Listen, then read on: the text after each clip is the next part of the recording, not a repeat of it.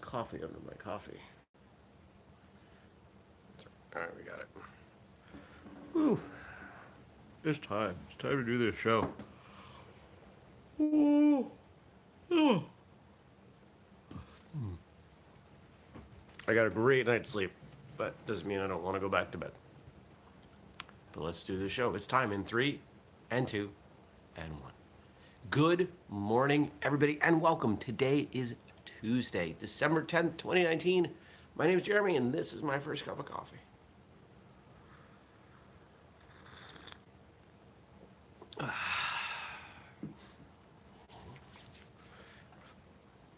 I had a moment before the show where I was remembering how ridiculous the entire premise of this show is. It's utterly nuts. And the fact that you watch it, I think is great. So thank you, because otherwise I would have to content myself with the idea that I thought this was a good idea and I was the only one. But other people think it's a good idea. We drink coffee together. It's nice. Maybe someday it will be more of a two-way thing. You know, we'll have the option to see each other if you want. Good morning, Casper. Or good late morning? Early afternoon? Forget how many hours ahead you are.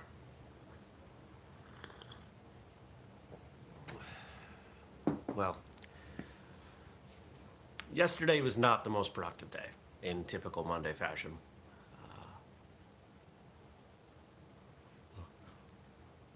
Casper says yes, it's 12:30. Yeah, Casper's in Europe. Casper's in the Netherlands. He's out there. It's all the way. What would I do if I didn't do first cup? I would sleep more. And I would argue with myself about when to get up. He's just done training. Cool. The greatest benefit to me personally about a first cup is that it makes me get out of bed. I'm out of bed the same time every day, to the point where if I'm not sure when I should get up on the weekends, I get up at 6 anyway, because it creates the habit. My body says, okay, I'm awake. It's easier to wake up that way.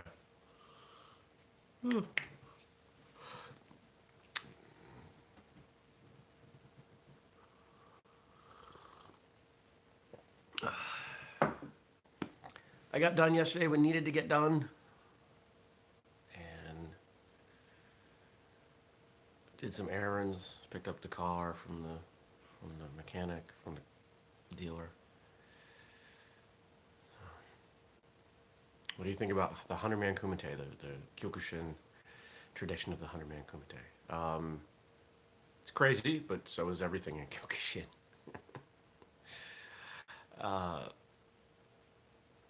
I've talked to a couple people on the show who've done it, and it's impressive.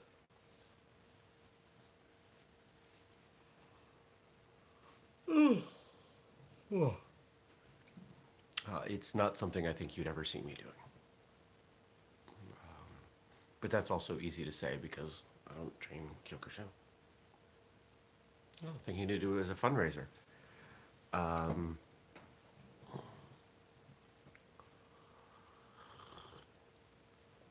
For mental health.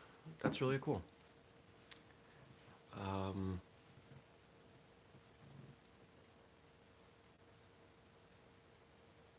like that idea.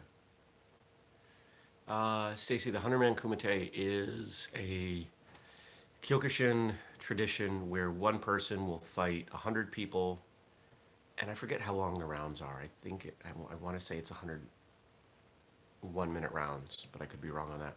Consecutively, and it's in Kyokushin tradition. It's 1.5 or 2-minute rounds.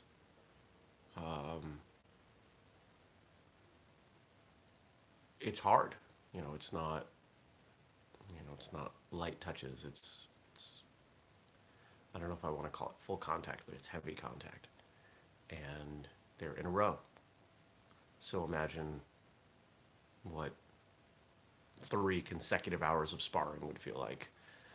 And then imagine that every couple minutes you get a fresh person coming in beating on you. It's it's hard. But I would suggest if you can make it through that, you can probably physically do just about anything. So there's the appeal, right? It's,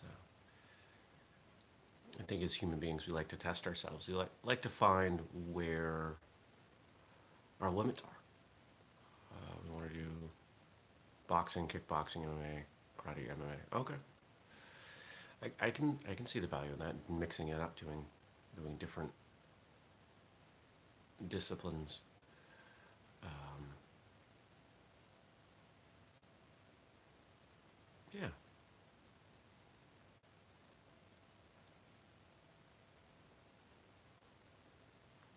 I think what might be interesting is get people to sponsor individual people who are participating, and the sponsors are paying per round.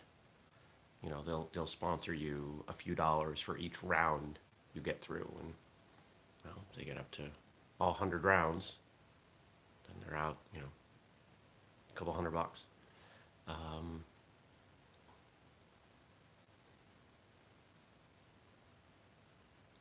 and offer like a plaque or something to the sponsor. You know, something small that would cost like the equivalent of like $10, and that way they could hang it in their business, and they're more likely to do it. 100 rounds to fight mental health or mental challenges, something. I don't know. I'm not awake yet. Um, Interview later today. Cat had acupuncture yesterday. I'm getting acupuncture today. I'm supposed to be on somebody's podcast this evening. They've not sent me details. I don't like that. When we book a guest, we give them all kinds of information. It's like 2 full pages. Here's what to expect. We have them fill out a form to confirm that everybody's on the same page and understands what's happening. We use templates in our emails. There's a whole system that we've worked out over the last few years, and it works well. And it becomes glaringly obvious when I am on someone else's show how little preparation most shows do. This show that I'm going to be on has nothing to do with martial arts. I think I will be appearing as the token martial artist in a sense. So we'll see. We'll see what happens. After that, I'll probably go to the gym. And in between, I'll be getting work done. Did I schedule a call in there too? I think there might be a call happening. I don't remember.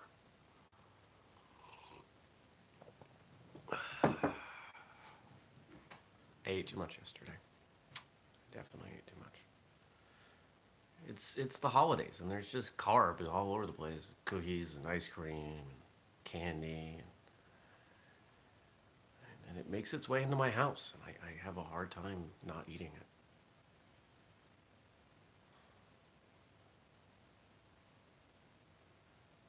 There are times where I'll just throw food away. Like, I'll throw away like half of a pie.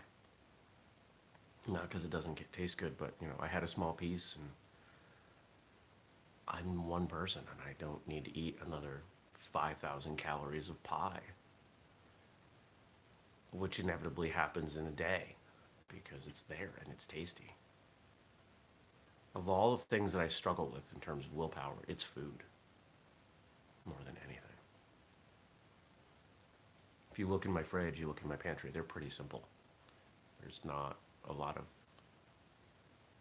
prepared junk food. The junkiest prepared food that I buy routinely are these bars that I get at Costco that they're protein bars, but they're pretty tasty. and they've only got a couple grams of carbs. One of them's like a brownie. Pretty good. So let's dig into these questions. You guys don't need to hear my sad tale about food. Stacy says, cookies and candy have overtaken my department. It's brutal when you fight with food, and to suggest that this is a struggle turns you into a Grinch. Yeah, people don't understand.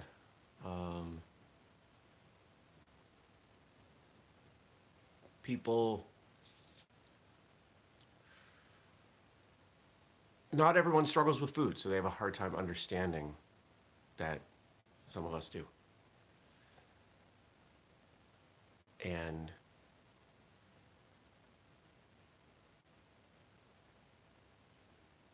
yeah, and we celebrate with food, whatever it is.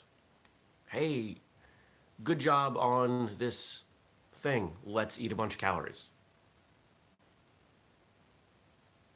And even if it's not food, it's probably alcohol, which is a bunch of calories. I don't know what it is, but somehow we correlate joy to carbs. There's a stupid little fly. Next tight.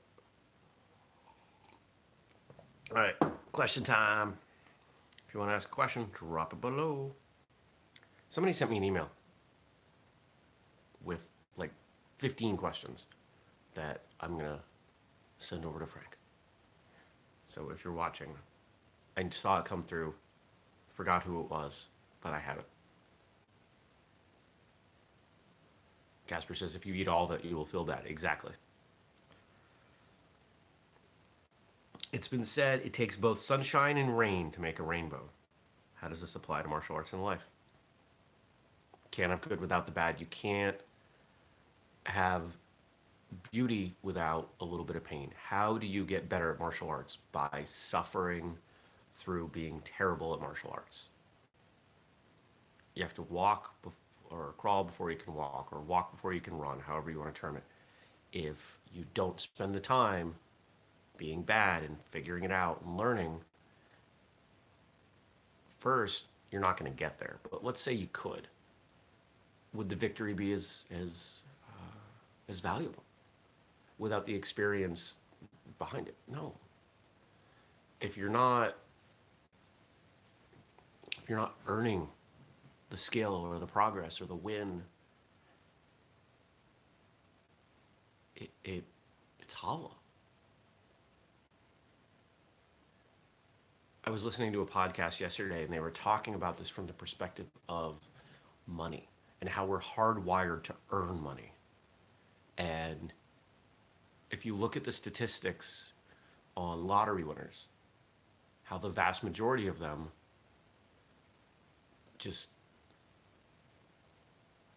they end up very quickly in these very unhealthy places in life and losing all of the money. Because on some level, they feel they don't deserve it because they didn't earn it.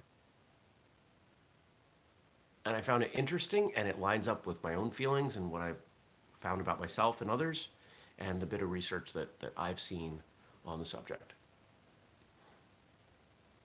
So that rainbow is the reward for enduring the rain.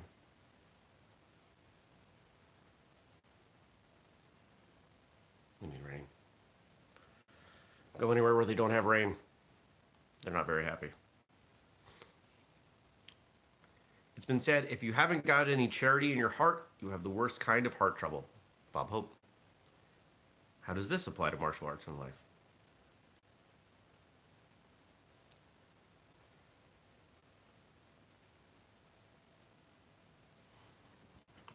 Helping others is a pretty fundamental aspect of martial arts, whether it's formally teaching someone or simply helping a lower rank, or could even be a higher rank. In the book, which in the Martial Artist Handbook, which again, pre-order is ready for Kindle, and the paperback I finalized yesterday. It is in review. That should be ready for pre-order, maybe even order today, tomorrow.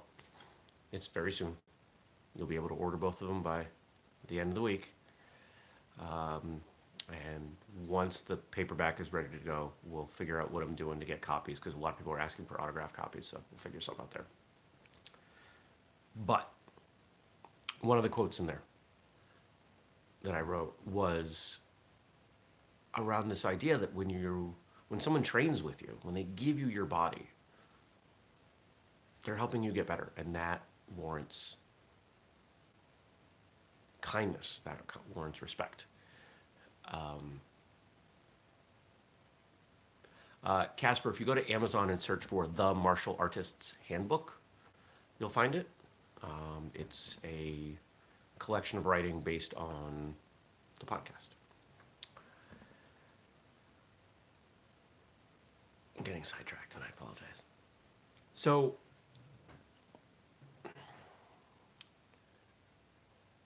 yeah, we could talk about formal charity and the idea of raising money and donating money and things like that.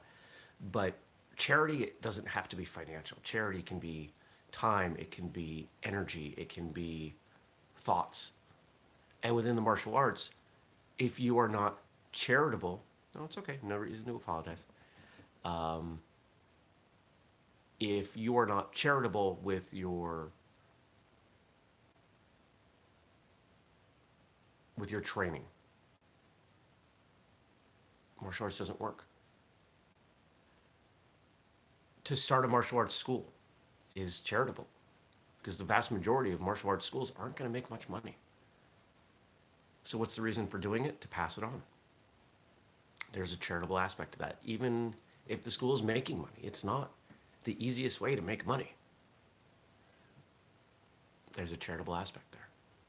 To partner up with someone, to let them punch you, to receive physical injury, pain, under the name of benefiting someone else's martial arts training, that's charitable. And necessary. It's part of what we do. I've worked with people who don't take that to heart. The idea that, they don't want to get hit, they don't want to experience any pain, and they make for a terrible partner. They don't learn anything working with that person in that way. So we've got to make a sacrifice there.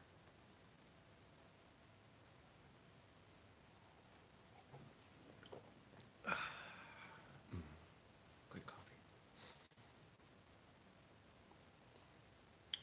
Shoot for the moon. Even if you miss, you'll land among the stars. Les Brown. As far as I'm concerned, Les Brown is the first real motivational speaker. How does this apply to martial arts and life? Well,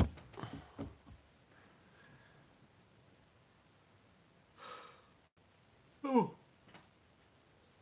pardon. Somehow I just spilled coffee all over myself, even though there's like a quarter inch left in the cup.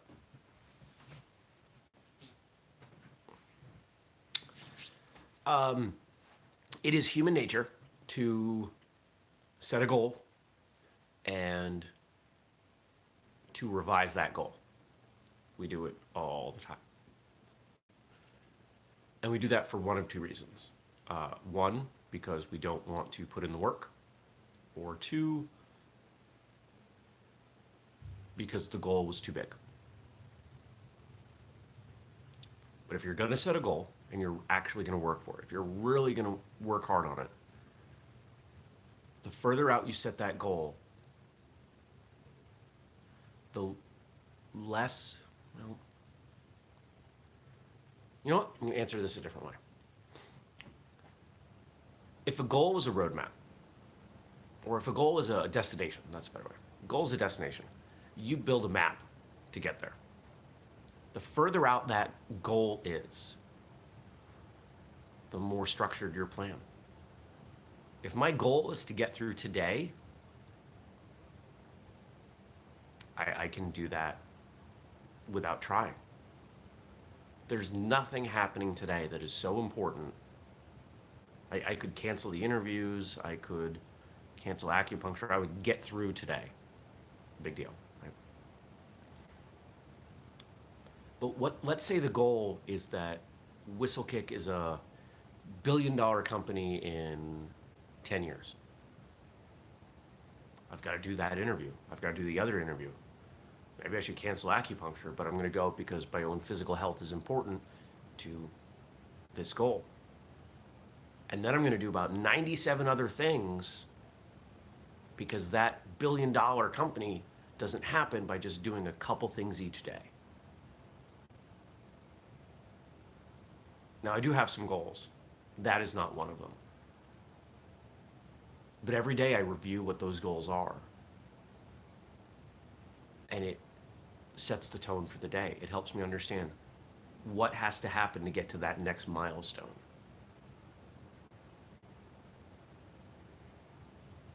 There's a lot to do. And goals help us understand what you spend your time on. So shoot for the moon. If you miss, you'll at least make it to the stars.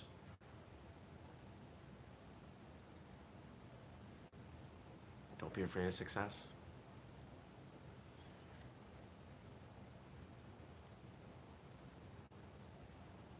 And I think the other way to look at this is to set a goal that is so big that it scares you. If your goals do not scare you, they are not big enough.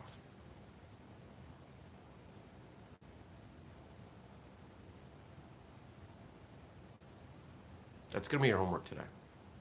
I want you to set a scary goal. Just one thing. What is that one thing? It should be so scary, so big, that you are unwilling to share it with everyone. There should be people in your life that you do share with.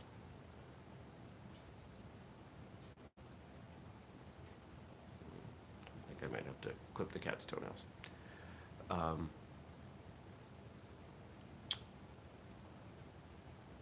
So scary that most people would think you're silly for working on it. You don't talk to those people about it. You talk to the people who really care about you, who support you. When I started Whistlekick, I didn't tell everyone about it. I told a handful of people. I told a couple friends, a couple in, my Taekwondo teacher. I told maybe a handful of people. And then as the company grew, as we had product, I started telling more and more people. Now I tell everyone. I tell all of you at 6:30 in the morning while I drink coffee in a bathrobe. I tell everybody.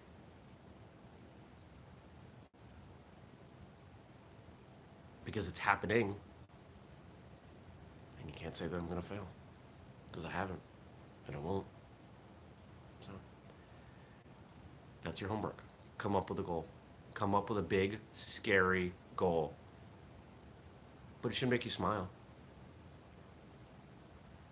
And it should be a goal that is definable. Not to be happy. That's subjective. I mean, something concrete, something that other people could look at and say, you did or did not achieve this. And I want you to put a timeline on it.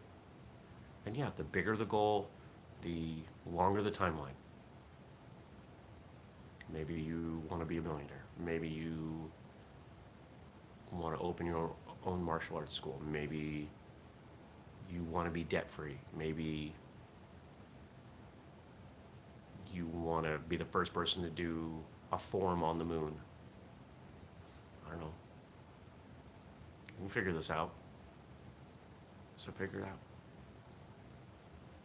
Remember, we do this show every weekday morning, 6:30 a.m. Eastern, here on YouTube. Catch it later in audio form.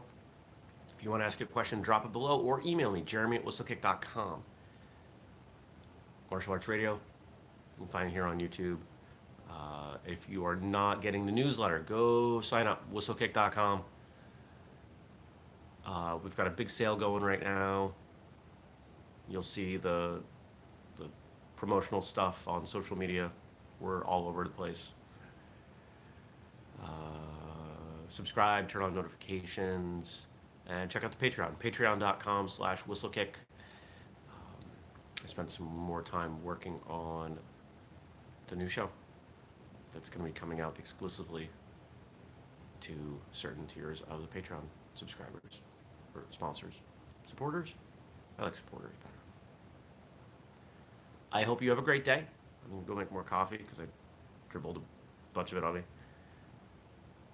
See you tomorrow. Take care. Peace.